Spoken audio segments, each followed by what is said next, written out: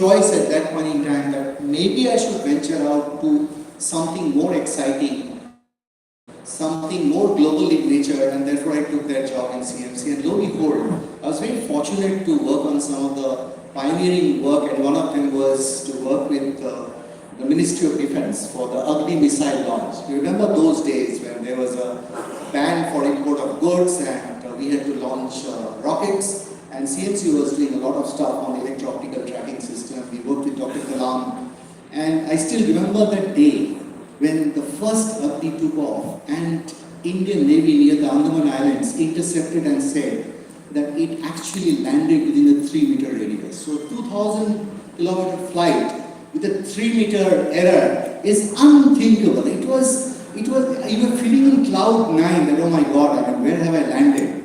So from that whole skyrocketing career in CMC, I ventured into much more entrepreneurial ventures, moved to Bangalore, changed places, and then we launched India's first BPO, which is 24/7customer.com. If you remember those days, there were 3 words: .com, not com, that means you are yet not a .com, and then .gov, that happened, that burst happened, and that's the time when we started to create all this idea that if IT can be outsourced, why can't back office work that happens onshore?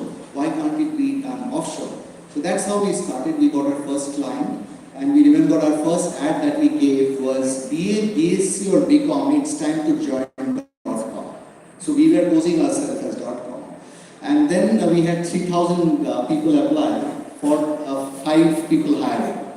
The Bangalore traffic police called us that you can't do all this kind of stuff, it's created traffic jam. Because we had voting signs and 3,000 people applied. And starting from Ayurvedic doctors to engineers, everybody applied for doing that back office work. So I saw that there was a huge demand side potential. And of course, I pursued that career and built a billion-dollar organization. We're now leading large organizations. We were doing M&A, I bought 18 companies. And thereafter moved into private equity, doing buying and selling. But over a period of time, I realized what I wanted to do is to build a school. I always told my family that I may have a biological son, but I would like to create 1,000 children in my lifetime. So that dream became true when I started this large global foundation and launched our first school in Vishnupur. But now this school has got a very different aspiration of creating global citizens out of the hinterlands of India. So today, if you look at go to Vishnupur in our school, a teacher has an iPad, the students are digitally enabled, and they can speak as good in English. So between Vishnupur and Boston, there is no difference. That's the motto, that's the purpose that we are chasing. So that has been an incredible journey, in short, from the sky to the school. So that's the very short. Thank you. And I would urge that every one of you really listen to the story, because there are lots of learnings in there, and we'll speak about that a little later on and summarize some of this. But similarly, you will see when Sharad speaks about his journey, the number of times and changes and how they're taking on the challenges and other aspects. Sharad, your story, please. First of all, I'd like to thank you for inviting us, and thank you for I was going through Amrita's profile, and she should be actually on this side, not here. Anyway, I started. So very quickly, I went to IIT Bombay, and everybody applied abroad, so I was applied abroad. And but I knew I wanted to come back to India because my parents were here. And I went to Columbia University. I was lucky that the person in charge of setting up the NSFNet backbone, the first large backbone of the internet, was from Columbia. So he came to the campus to recruit and selected me. So I was part of the early backbone of the internet in the US. In '95, when BSNL, Vidya Sanchar Nigam, was given the permission by the government to privatize internet, that's when I decided to move back to India, because I said this is an opportunity. Even though it was not available for private sector at then, it was still, the fact that commercial internet was being available to everyone, I said this is a time to do something back in India. So I moved back. I became a consultant to USNL, helped them set up a lot of the infrastructure.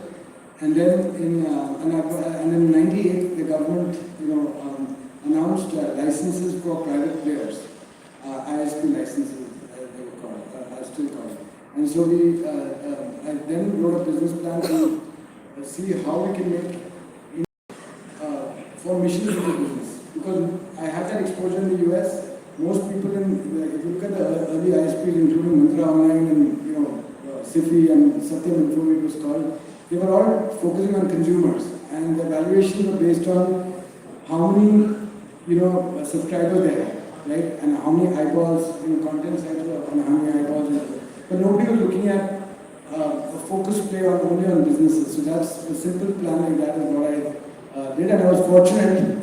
I think one of the key thing was a great mentor I met, Mr. B.B. Jagdish, who set up Exodus Communications in the US, the first data center company. So I was not the inventor of the data center business, it was done by Exodus.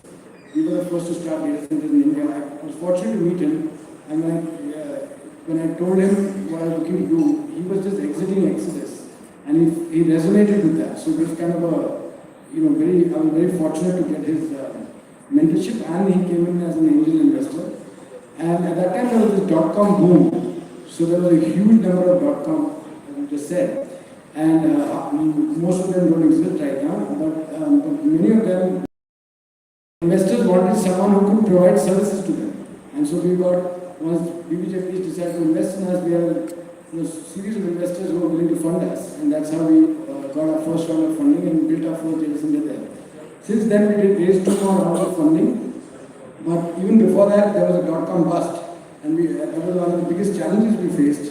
Where our customers couldn't pay us, and so we had to literally come up with value-added services. So we came up with a whole series of managed services, including managing IT infrastructure, managing security, etc. And then from there, and gradually. Fundamentally, we knew that the business was strong. We believed in the business. We had the passion. We believed in the business. We knew that this is a temporary blip. And then there was two more success. The business turned back. I think after Amazon launched the cloud in the US in 2004 or 2003, data centers came back in vogue, and then suddenly we had investors chasing us around 2007-8, and then we raised a couple of rounds of funding. Post that, in 2012, NTT acquired majority stake. There was a lot of M&A that happened in the data center industry overseas, and then many of these players wanted to come to India because they knew India is one of the fastest growing markets. And so there were 7-8 players who were interested in us. The likes of Airtel, Tata, Reliance were not acquirable because they were public companies, not easy to acquire. So they all came to us, and we ended up. I sold only partial stake. I kept most of my stake in the company, and then partnered with NTT since 2012. And now, thanks to their support, we are the largest data center company in India by a mile. Right? We were earlier when I was doing this. By the time NTT came, we had, I think, slipped to number 2.